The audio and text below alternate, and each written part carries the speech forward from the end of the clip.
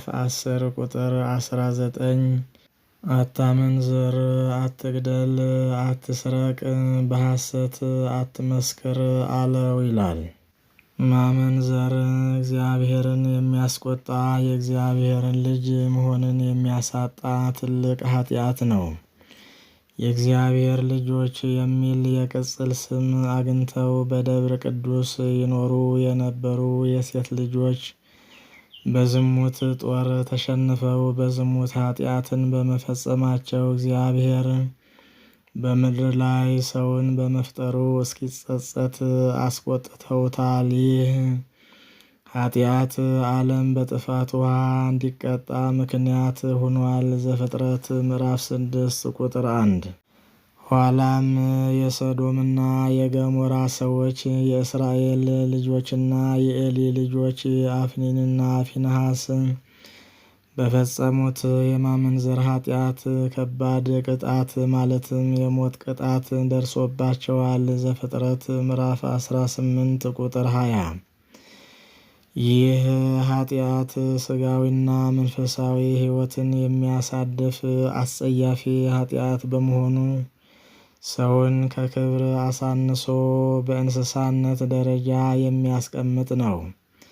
በመሆኑም ይህ ኃጢአት እንዳይደረግ እግዚአብሔር በጣቱ ጽፎ ከሰጠን ከ10ቱ ቃላት ውስጥ ተካቶ ይገኛል። ዘጸአት ምዕራፍ 20 ቁጥር 14። የሕግ ሁሉ ፍጻሜ የሆነው ጌታችን ኢየሱስ ክርስቶስ በተራራ ላይ በሰጠው የሕግ ትምህርት ስለ ማመንዘር ኃጢአትነት በስፋትና በጥልቀት ግልጽ የሆነ ትምህርት ሰጥቷል።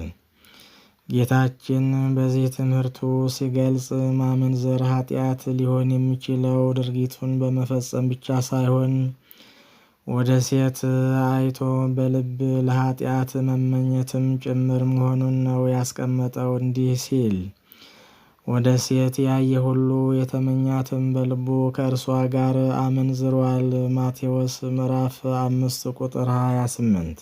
ይህ ቃል አንድ ሰው ወደ ሴት አይቶ በልቡ ለኃጢአት ከተመኛት ሁኔታዎች ሳይመቻቹለት ቀርተው ምኞቱን በተግባር ለመፈጸም ባይችልም በሕሊናው ያሰበበት በመሆኑ የማመንዘር ኃጢአት እንደፈጸመ የሚያስቆጥር መሆኑን ያስረዳል። ጌታ 10ቱ ቃላትን ለመፈጸም እንጂ ለመሻር ያልመጣ እንደመሆኑ መጠን ሕጉን በአፈጻጸም ረገድ የተስተካከለ እንዲሆን አድርጎታል። የማመንዘር ምኞት በአብዛኛው ጊዜ የሚቀሰቀሰው ከማየት የተነሳ ነው። ደቂቀ ሴት በዝሙት ኃጢአት ሊወድቁ የቻሉት የሴቶችን ቁንጅና በዓይናቸው አይተው ነው። ታላቁ ነቢይና ንጉሥ ዳዊትም በኦርዮ ሚስት ላይ የዝሙት ኃጢአት ሊፈጽም የቻለው በአትክልት ስፍራ ውስጥ ገላዋን በውሃ ስትታጠብ በማየቱ ነው። ሁለተኛ ሳሙኤል ምዕራፍ 11 ቁጥር 2። እንግዲህ ከዚህ ሁሉ እንደምንገነዘበው ወደ ተቃራኒ ጾታ ማየትን ሳናቆም ማመንዘርን ማስቀረት የማይቻል መሆኑን ነው። ዳዊት የኦርዮን ሚስት በዓይኑ ከተመለከተ በኋላ የውስጥ ፍላጎቱን መግታት ባለመቻሉ አያት፣ ተመኛት፣ ዝሙትን ፈጸመ። ስለዚህ ኦሪቱ ማመንዘርን ብቻ ከለከለ እንጂ ለማመንዘር መነሻ የሆነውን ማየትን አልከለከለምና ሕጉ ክፍተት ያለው ነበር ማለት ይቻላል። ጌታችን ግን ሰው ወደ ሴት አይቶ በልቡ እንዳይመኝ ያስተማረው ትምህርት ክፍተቱን ዘግቷል። ወደ ሴት አይቶ መመኘት ከቀረ የማመንዘር ኃጢአት እዚያው በሩቅ ቀረ ማለት ነው። ሰዎች እንድንበት ዘንድ እግዚአብሔር የሰጠን የሕይወት ሕግ ይህ ነው። አንድ ሰው ወደ ጌታችን ቀርቦ የዘላለምን ሕይወት እንዳገኝ ምን ላድርግ ባለው ጊዜ የዘላለም ሕይወትን ለመውረስ ከፈለግህ አታመንዝር ብሎ ነግሮታል። ማቴዎስ 19 ቁጥር 16።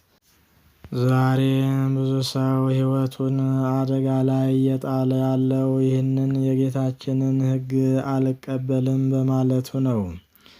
ነገር ግን ጌታችን ወደ ሴት ያየ ሁሉ በልቡም የተመኛት አመነዘረ፣ ማመንዘርም በሞት ያስቀጣል ሲል ጌታችንና መድኃኒታችን ኢየሱስ ክርስቶስ በተራራው ስብከቱ አስተምሯል።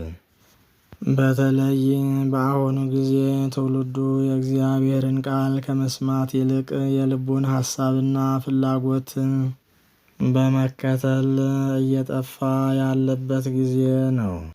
ስለሆነም የቤተ ክርስቲያናችን መምህራንና ሊቃውንት በዚህ ዙሪያ ጠንክረው ሊያስተምሩና ሊመክሩ ያስፈልጋል። አምላካችን እግዚአብሔር ከኃጢአት ርቀን ንስሐ ገብተን ቅዱስ ሥጋውን ክቡር ደሙን ተቀብለን የመንግሥቱ ወራሽ የስሙ ቀዳሽ እንድንሆን በቸርነቱ ይርዳን። አሜን።